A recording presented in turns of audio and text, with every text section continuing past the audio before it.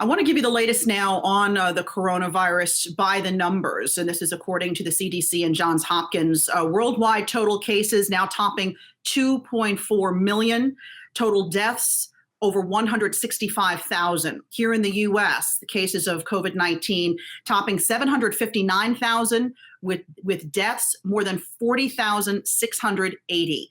Now, we're also adding something new to these numbers. We're going to be telling you the total number of people tested in the US, which we still know is woefully low, but that number now stands at 3.8 million. For more on the coronavirus, I want to toss to Anjalee Khemlani.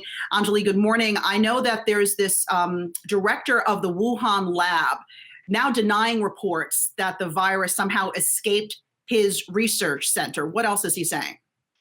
Yeah, Alexis, this has been one of those really controversial topics. We've heard from the very beginning there were rumors, that the Wuhan lab was in fact responsible, whether it was a on purpose or not, whether or not it was a test gone wrong, whether or not it was some sort of bioweapon that China was trying to, use. And so we've heard this over time, over the outbreak, and there have been, the U.S. looking into these allegations. So we're definitely waiting to see how this all pans out.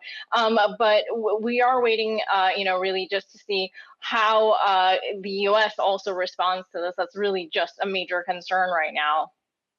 And I also want to talk about testing, which we just saw in that graphic before. More than 3.8 million Americans so far tested, which is a spit in the bucket compared to what we really need. But now there's this focus on antibody testing, and that is going to be critical to getting the economy reopened. But now there's talk that a lot of these tests have not been FDA approved. They're being rushed through, usually from companies coming out of China, and that they are inaccurate. What do you know about these antibody tests? Right. So those are the ones that, yes, as you're saying, are supposed to be the way that we reopen largely. There are currently 4 approved by the FDA. The ones that are not approved, the FDA has allowed for non-approved tests to be used as long as labs and others are able to validate themselves. And then they have basically a 2-week window to get that approval and to apply. So that continues to be an issue now as we're, shifting gears and looking at these antibody tests. But the same problems of production, of supply, of how many are out there, where they come from, continue. And so that's something that we have to watch and have to be really careful of. A lot of companies, especially private, larger companies that have the resources, are likely to be getting access to these and likely to want to use them, of course, to get companies back, their workers back in. So that's one of the things that we have to wait and watch, and just have everyone be really cautious about which tests they're using. But as you've mentioned before, the testing itself, period, is something that we have to be cognizant of, because at large, the U.S. is not prepared and does not have all the testing it needs to reopen. What about, forget about the antibody testing, just testing in general, people who believe that they have COVID-19 and want to get tested? Where do we stand with that? Are we making any headway there?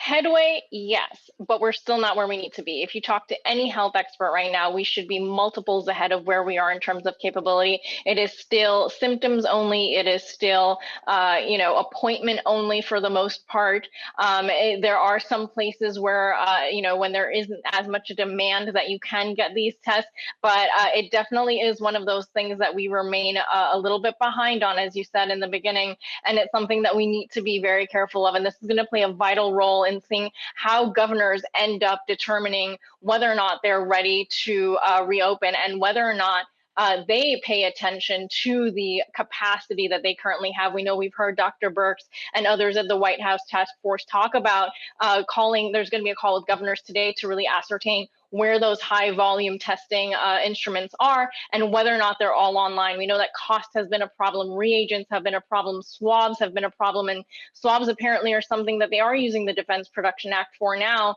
So we are still in a wait and see mode. Most health experts I've been talking to are saying we're still flying blind, Alexis. Oh, goodness. All right. Thanks for the update, Anjalee Khemlani. Hey, investors. Zach Guzman here. Are you interested in learning more about the markets and getting the latest financial news? Well, then click right here to subscribe to our Yahoo Finance YouTube channel. Get the latest up-to-the-minute market analysis, big interviews in the world of finance, and information on how to manage your money every day wherever you are.